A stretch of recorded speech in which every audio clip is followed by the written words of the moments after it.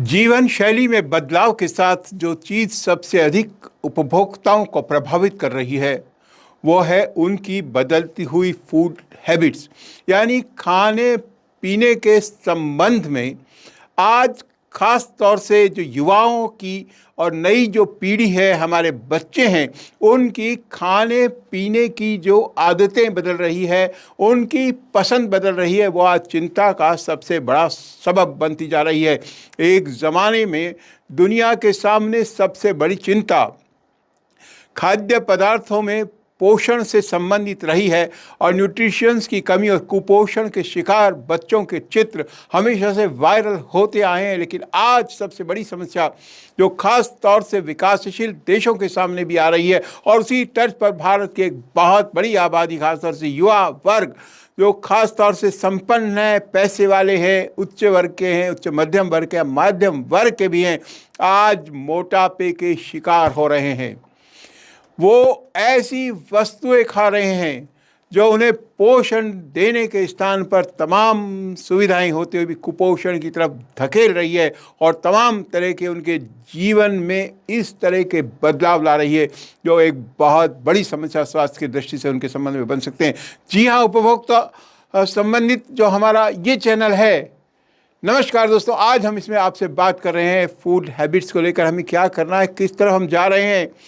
क्या हम खा रहे हैं, क्या हमें खाना चाहिए और उसको खाने से होने वाले नुकसानों के प्रति हम कितने सचेत हैं। सरकार हाल ही में जीएसटी के जो सुधार लेके आई है, जीएसटी का जो दूसरा वर्जन लेके आई है, उसमें इस बात पर फोकस भी किया गया, इस बात को पहचानने की कोशिश भी की गई कि ऐसे खाद्य पदार्थ जो हमारे लिए सुरुचिकर तो हैं, जो हमें टेस्टी तो लगते हैं, लेकिन जो हमारे स्वास्थ्य के लिए हानिकारक है, उनको एक टैक्स सुधार के जरिए भी उपभोक्ताओं को इस बात के लिए हतोत्साहित किया जाए कि वो उन उत्पादों की तरफ जाएं। तो साथियों, आज हम परत दर परत इसी विषय से जुड़ी हुई बात करेंगे जो चिंता विश्व स्वास्थ्य संगठन की है, जो चिंता भारत के स्वास्थ्य महकमों की है, भारत सरकार के स्वास्थ्य मंत्रालय की है, उन पर बात करेंगे। खास तौर से हमारे खाने में युवा जो हमारी पीढ़ी है, हमारे जो बच्चे हैं, उनके खाने में नमक की मात्रा जिस तेजी से बढ़ रही है, चिकनाई जिस तेजी से बढ़ रही है, शुगर के कंटेंट उनके फूड में जिस तरह से बढ़ रहे हैं, वो आज चिंता की बहुत बड़ी वजह है। हाल ही में आया एक ताज़ा सर्वेक्षण बताता है कि हिंदुस्तान में अब सबसे ज़्यादा मरने का जो कारण है वो दिल की बीमारियां हैं। हिंदुस्तान में जितने लोग मर रहे हैं उनमें 36% लोग केवल दिल की बीमारियों के कारण अपना जान गंवा रहे हैं, या जो सबसे बड़ा कारण उभर कर सामने आया है उसमें हार्ट से जुड़ी हुई बीमारियां हैं। और इसके बाद जिसका एक और बहुत महत्वपूर्ण योगदान डेथ रेट्स को लेकर आता है वो है कैंसर की बीमारी, लीवर से संबंधित बीमारियां, और उन सब के पीछे जो एक बहुत बड़ा कारण है वो कारण है हमारे खाने पीने की बदल रही ये आदतें। और इसी को लेकर खाद्य सुरक्षा और मानक प्राधिकरण ईट राइट इंडिया जैसे कार्यक्रम भी लेके आया है। आप लोगों ने देखा होगा विभिन्न समाचार माध्यमों पर,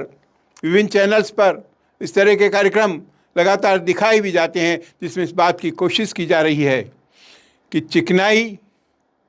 नमक और चीनी हमें कम करनी होगी। हाल ही में विश्व स्वास्थ्य संगठन ने बताया कि हर एक को जो खाने वाला नमक है उसकी मात्रा को कितना कम किए जाने की ज़रूरत है। हमने देखा चीनी को लेकर लगातार बातें सामने आ रही है। चीनी को एक सफ़ेद जहर के रूप में माना जाने लगा है, एक तरह से एस्टेब्लिश किया जा रहा है, लेकिन इसके बावजूद आज कोल्ड ड्रिंक्स के जरिए हमारी युवा पीढ़ी कितनी बड़ी मात्रा में शुगर कॉन्टेक्ट करती है। और इसी बात को लेकर जैसे मैंने कहा, जीएसटी के हालिया सुधारों में इस बात की कोशिश की गई है जो हानिकारक चीज़ें हैं, जिनमें न केवल सिगरेट या तंबाकू जैसी चीज़ें हैं जिन पर टैक्स को बढ़ाया गया है, बल्कि साथ ही साथ कोल्ड ड्रिंक्स और इस तरह के जंक फूड भी जो स्वास्थ्य के लिए हानिकारक है। इस बात की कोशिश सरकार ने की है कि टैक्स रिज्यूम के जरिए, नई टैक्स नीति के जरिए आम उपभोक्ताओं को इस बात के लिए अवगत कराया जा सके कि ये स्वास्थ्य के दृष्टि से ये उत्पाद सही नहीं है और आपको इनके उपयोग से बचना चाहिए। आज आप देखिए, पिज़्ज़ा, बर्गर, आप बात करेंगे हम नूडल्स और तमाम तरह के, जो ख़ास तौर से अभी चिप्स की अगर हम बात करें, पोटैटो से बनी हुई जो दूसरी चीज़ें हैं उनकी बात करें, इनमें बहुत अधिक मात्रा में न केवल नमक ज़्यादा है, न केवल उसमें चिकनाई शामिल है, बल्कि उसमें इस किस्म के और उत्पाद केमिकल्स के रूप में भी जो उनको स्वाद बढ़ाने के लिए उनके अंदर डाले जाते हैं, या जो प्रिजर्वेटिव्स हैं जो उनको अधिक समय तक सुरक्षित बनाए रखने के लिए डाले जाते हैं, उनको लेकर के चिंता बहुत ही गहरी हो गई है। इस तरह के प्रयास किए जा रहे हैं। सरकारी जो कार्यालय हैं, उनसे संबंधित जो कैंटीन्स हैं या जो स्कूल की कैंटीन्स हैं, उसमें इस बात की कोशिश की जा रही है कि इस तरह के उत्पादों की बिक्री को हतोत्साहित किया जाए। लेकिन साथियों, जब तक आम उपभोक्ता खुद इस बात के लिए जागरूक नहीं होगा, जब तक हम खुद इस बात के लिए तैयार नहीं होंगे, तब तक इस तरह के उत्पादों की बिक्री पर या उसके उपयोग पर नियंत्रण संभव नहीं है। हमें शुरू से इस बात को देखना होगा। बच्चे को स्कूल में टिफ़िन में हम क्या भेज रहे हैं, जो हमारे दूसरे किशोर हैं उनको हम क्या खिला रहे हैं, आपकी पार्टियों में कौन सा खाना परोसा जा रहा है, और ख़ास तौर से होटल और रेस्तरां जिनकी बिक्री दिन पर दिन बढ़ती जा रही है, वहाँ कौन से प्रोडक्ट और कौन से उत्पाद सबसे ज़्यादा बिक रहे हैं। तो आज इस कार्यक्रम के जरिए, हमारे इस एपिसोड के जरिए, हम यही आम उपभोक्ताओं से और उनके परिवारों से, जो बच्चे खास तौर से जहाँ जुड़े हैं, उनके लोगों के साथ, उनके अभिभावकों के साथ इसी बात को शेयर करना चाहेंगे कि आप इस ओर ध्यान दीजिए, इससे पहले कि समय निकल जाए। मोटापा, मैंने कहा, सबसे बड़ी बीमारी के रूप में सामने आ रहा है। और आप देखिए, हार्ट अटैक के जो मामले आ रहे हैं, पहले एक आयु के बाद ये समझा जाता था कि 50-60 साल के बाद दिल का दौरा पड़ेगा। पिछले दिनों आपने अखबारों में देखा होगा किस तरह की खबरें आ रही है। न केवल 40 से 50 साल के लोगों के मामले हार्ट के सामने आ रहे, बल्कि 25 साल का युवक, 30 साल की युवती, 13 साल का बच्चा, स्कूल में, पाठशाला में अपने प्रेयर के दौरान खेलता हुआ बच्चा,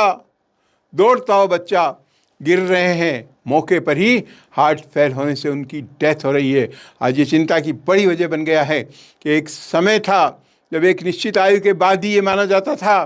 कि हृदय रोग से संबंधित खतरे बढ़ गए हैं, लेकिन आज जो उदाहरण हमारे सामने आ रहे हैं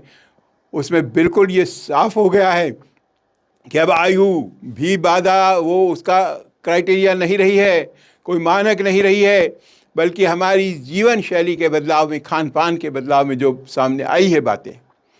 उस खान पान की आदतों के चलते हमारे, इसके साथ हम कह सकते हैं व्यायाम नहीं करने या जीवन शैली के बदलाव के चलते, लेकिन केवल वो नहीं है, क्योंकि ऐसे लोग जो जिम में प्रतिदिन एक्सरसाइज करते थे, जो बहुत खुद ट्रेनर रहे हैं, जिम में एक्सरसाइज करते हुए हार्ट अटैक आने से मौत हो गई। अब देखिए, मैराथन दौड़ में शामिल होने वाले जो 30-30 किलोमीटर की दौड़ लगाने वाले लोग हैं, वो दौड़ते दौड़ते हार्ट अटैक आने से, सेना भर्ती के लिए तैयारी करते समय, भर्ती के लिए दौड़ते समय हार्ट अटैक आने से ऐसे लोगों की मौत हो रही है। और उसके पीछे जिम्मेदार वही 3 चीज़ें हैं जिसकी मैंने आपसे बात की: चीनी, चिकनाई और नमक। और इसका उपयोग आप देखिए कि हर स्तर पर हमारे खाने में किस तरह से बढ़ रहा है। इसके साथ ही साथ जो पेस्टिसाइड का उपयोग बढ़ रहा है, जो हमारे फ्रूट्स हैं, जो हमारे सलाद हैं, उनको जिन केमिकल्स के जरिए पकाया जा रहा है, उनमें जिस तरह के केमिकल्स का मिश्रण हो रहा है, उसने इस चिंता को बहुत ही गंभीर बना दिया है। खाद्य सुरक्षा और मानक प्राधिकरण इस बात को लेकर लगातार कोशिश कर रहा है, वो सुधार करने की भी कोशिश कर रहा है, लेकिन एक लोकतांत्रिक सामाजिक परिवेश में जहाँ आपको आज़ादी है, हम उपभोक्ता अधिकारों की बात करते हैं, चुनने के अधिकार की बात करते हैं, आपके चयन के अधिकार की आज़ादी की बात करते हैं, लेकिन चयन का ये अधिकार अगर आप जागरूक नहीं हैं, अगर आप अपने बच्चों को समझा नहीं रहे हैं तो उनको चयन का जो ये छूट मिली है, बाज़ार से कुछ भी खरीद कर खाने की चयन की जो छूट मिली है, बाज़ार में उत्पादों को बेचने को लेकर जो छूट है, वो उस गंभीर खतरे की तरफ हमारी सोसाइटी को और हमारे समाज को बढ़ा रही है। तो साथियों, इस बात पर हमें फोकस करना होगा। हमें ये सुनिश्चित करना होगा कि हम अपने खाने में कौन सा इंटेक ले रहे हैं, वो कितना पोषण उसके अंदर है। कहीं ऐसा तो नहीं है कि हम महंगे उत्पाद भी खरीद रहे हैं लेकिन उसका स्वास्थ्य पर प्रभाव उल्टा पड़ रहा है। आज भी हाल ही पिछले दिनों जो सर्वेक्षण आया है उसमें इस बात का खुलासा हुआ है कि देश की 66% आबादी इस बात को लेकर चिंतित है कि फूड प्रोडक्ट्स की कीमतें बहुत तेज़ी से बढ़ रही है। लेकिन अगर आप जाएंगे, अगर आप देखेंगे, इसका अध्ययन करेंगे,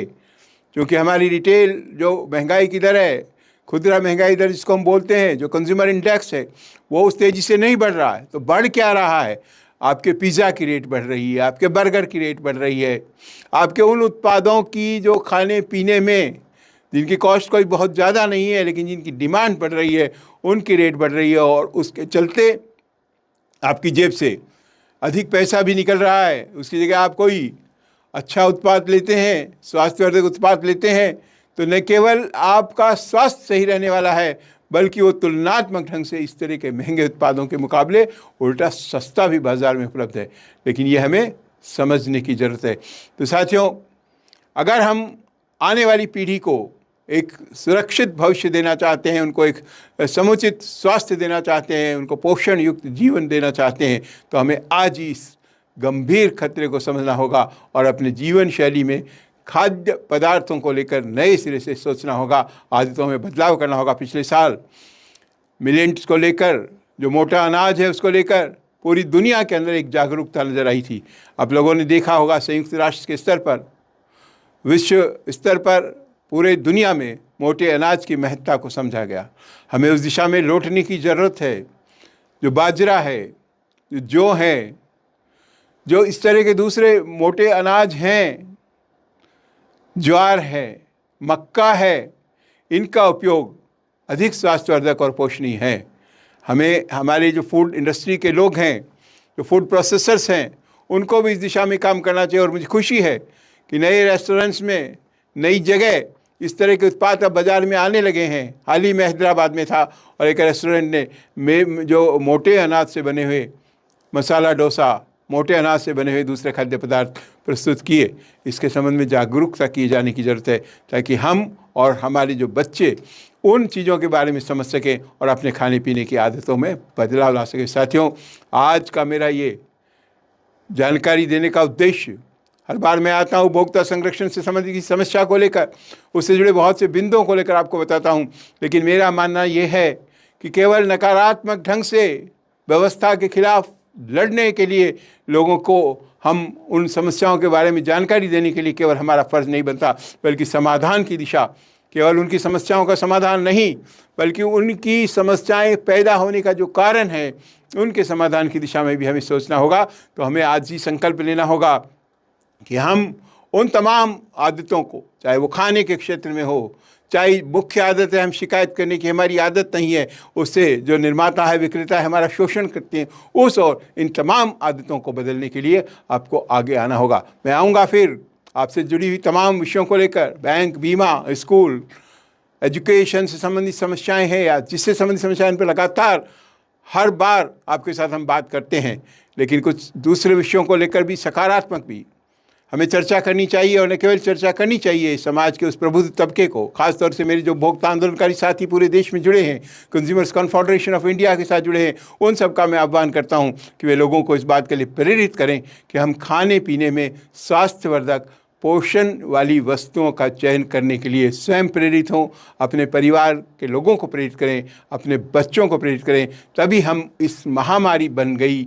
समस्या को, जो आने वाली पीढ़ी के लिए सबसे बड़े खतरे के रूप में नज़र आई है, उसको निपट सकते हैं, उससे मुकाबला कर सकते हैं, उस चुनौती का सामना कर सकते हैं। एक बार फिर आऊँगा मैं कंज्यूमर न्यूज़ ऑनलाइन चैनल में। अगर आपने अभी भी इस चैनल को सब्सक्राइब नहीं किया, सब्सक्राइब कीजिए, जुड़े रहिए, औरों को बताइए। और आप जिस विषय पर बात करना चाहते हैं, कमेंट्स बॉक्स में जाइए, आप लिखिए। आपकी अगर कोई समस्या है, आप कोई राहत चाहते हैं, बिल्कुल अगले एपिसोड में मैं फिर से किसी गंभीर समस्या पर चर्चा करने के लिए आपके बीच आऊँगा और किस तरह हम शोषण मुक्त बाजार व्यवस्था बनाने की इस लड़ाई में कारगर हो सकते हैं उनकी आपसे बात करूँगा। लेकिन इसके साथ ही साथ जीवन शैली के इन बदलावों की भी बहुत ज़रूरत है। अगर हम उपभोक्ता संरक्षण चाहते हैं तो उपभोक्ता को स्वस्थ और सुरक्षित बनाना हमारी पहली जिम्मेदारी है।